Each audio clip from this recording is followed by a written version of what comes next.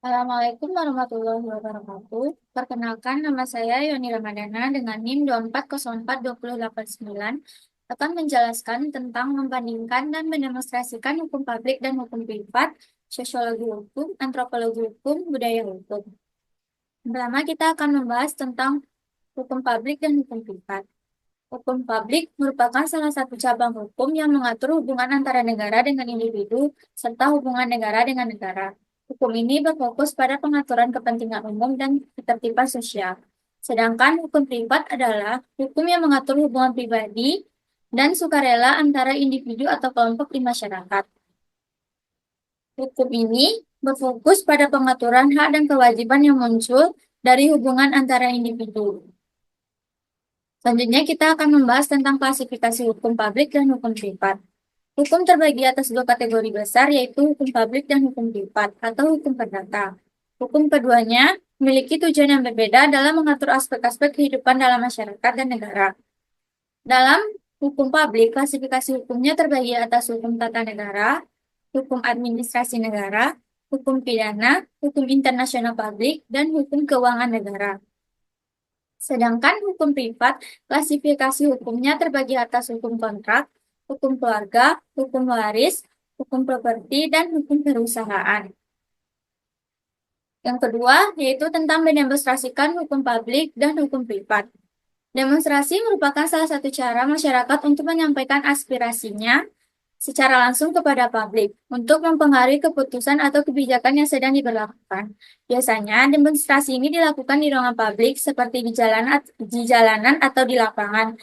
Ini bertujuan untuk menarik perhatian masyarakat atau pihak berwenang. Demonstrasi hukum publik dan hukum privat memiliki pandangan yang berbeda.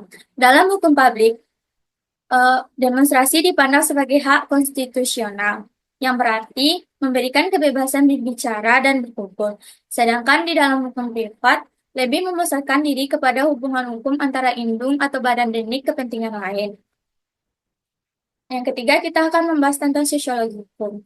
Sosiologi hukum adalah cabang ilmu sosial yang mempelajari antara hubungan hukum dengan masyarakat. Sosiologi hukum berfokus pada analisis fenomena hukum tidak hanya sebagai seperangkat aturan formal yang tertulis, tetapi juga sebagai sosial yang berinteraksi dengan dinamika sosial, politik, ekonomi, dan budaya. Ruang lingkup sosiologi terbagi atas dua. Yang pertama, sosiologi teoritis hukum sosial logis. Ini dijelaskan bahwa hukum ini menjelaskan hubungan antara masyarakat dengan negara. Teori ini terbagi juga atas teori fungsional struktural, teori konflik, dan teori interaksionisme simbolik. Sedangkan empiris sosiologis hukum lebih mengkaji penerapan hukum pada masyarakat. Yang ini juga terbagi atas efektivitas penegakan, pengetahuan hukum, tentang hukum, proses reformasi hukum, dampak-dampak sosial yang relevan dengan tindakan hukum. Yang keempat, kita akan membahas tentang antropologi hukum.